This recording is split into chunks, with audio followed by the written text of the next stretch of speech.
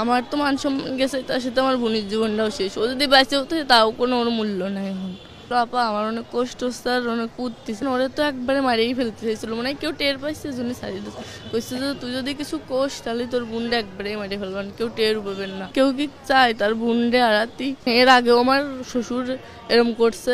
আপনি থাকা অবস্থায় আপনার বোনের সাথে এরকম একটা অপকর্ম হয়েছে, আপনি কি দেখেছিলেন আসলে? আমি, আমার বোন আর আমার হাজব্যান্ড একসাথেই ঘুমাইছিলাম, মনে করেন দরজা দিয়েই ঘুমাইছি। ওই সিঁড়ির একটু আগে ও ফ্লোরের পরে পড়েছিল, তারপরে ওরে উঠোইছি, দরজা দিছি, বাথরুমে গেছি, দরজা দিয়ে ওরে উঠোইছি। উঠোনের পর ও একটু কথা করছিল আপা আমার অনেক কষ্ট হচ্ছে আর অনেক কুদতেছে। আমি ভাবছি তো ফ্লোরের পর অনেকক্ষণ পড়েছিল, ও তো খেয়াল করিনি।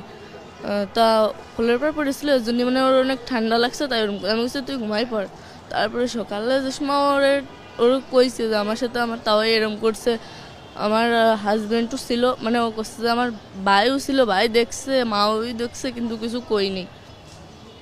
তা আমি করছি, তারপরে আমি করছি আমার হাজব্যান্ডের ডাক দিয়ে কইছি যে হচ্ছে আমি কি মায়ের কাছে সব কবো, এর আগেও আব্বু এরম করছে আমার সাথে। করছে কি আমারে ধরে অনেক মারছে, আর মারে ওই ঘরের ভিতরে আটকাই থুইছিল। ঘরের ভিতরে আটকাই ধোয়ার পর মনে করেন দিনই বেলা সকালে হয়ে গেছে, তখন তো অনেক লোকজন আসে। ডিজাইন, এলিগেন্স, বিউটি, সেরা পণ্য সবার জন্য জেভিকো। একজনের বাড়ি আসে, তারপরে সকাল হওয়ার সাথে সাথে ঘর খুলে দিচ্ছে, আর আমারে কইছে যাতে কিছু না কই।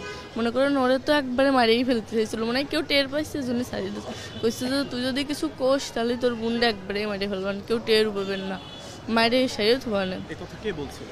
মানে বাড়ির সবাই মিলে একসাথে কইছে, তাহলে সবাই মিলে যদি একসাথে এরকম করে আমি কোনে যাবো, বাড়িতে একা, কারোর কাছে ফোন উঠতেছে না। তারপর বাড়ির আশেপাশের লোক আসে দেখি আসি এরম করতেছে, জ্ঞান হারাই ফেলছে আর কেরম মুখ দিয়ে যা উঠতেছে।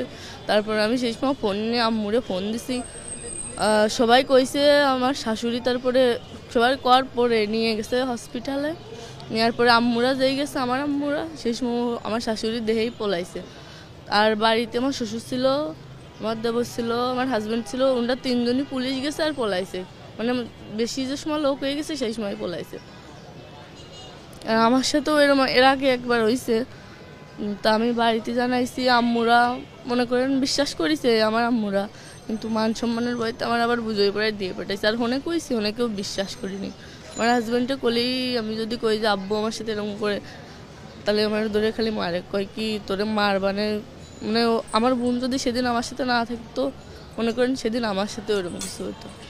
এর আগে কিরকম করছে আপনার সাথে একটু মনে করেন আমি বাথরুমে আইছি, আব্বু আমার মানে আমার শ্বশুর আমার পিছন থেকে জড়াই ধরছে, মানে ও কিছু করতে চাইছিল, কিন্তু মানে মনে করেন সেই সময় বেশি রাত না, রাস্তায় লোক যাচ্ছিল, এর জন্য কিছু করিনি।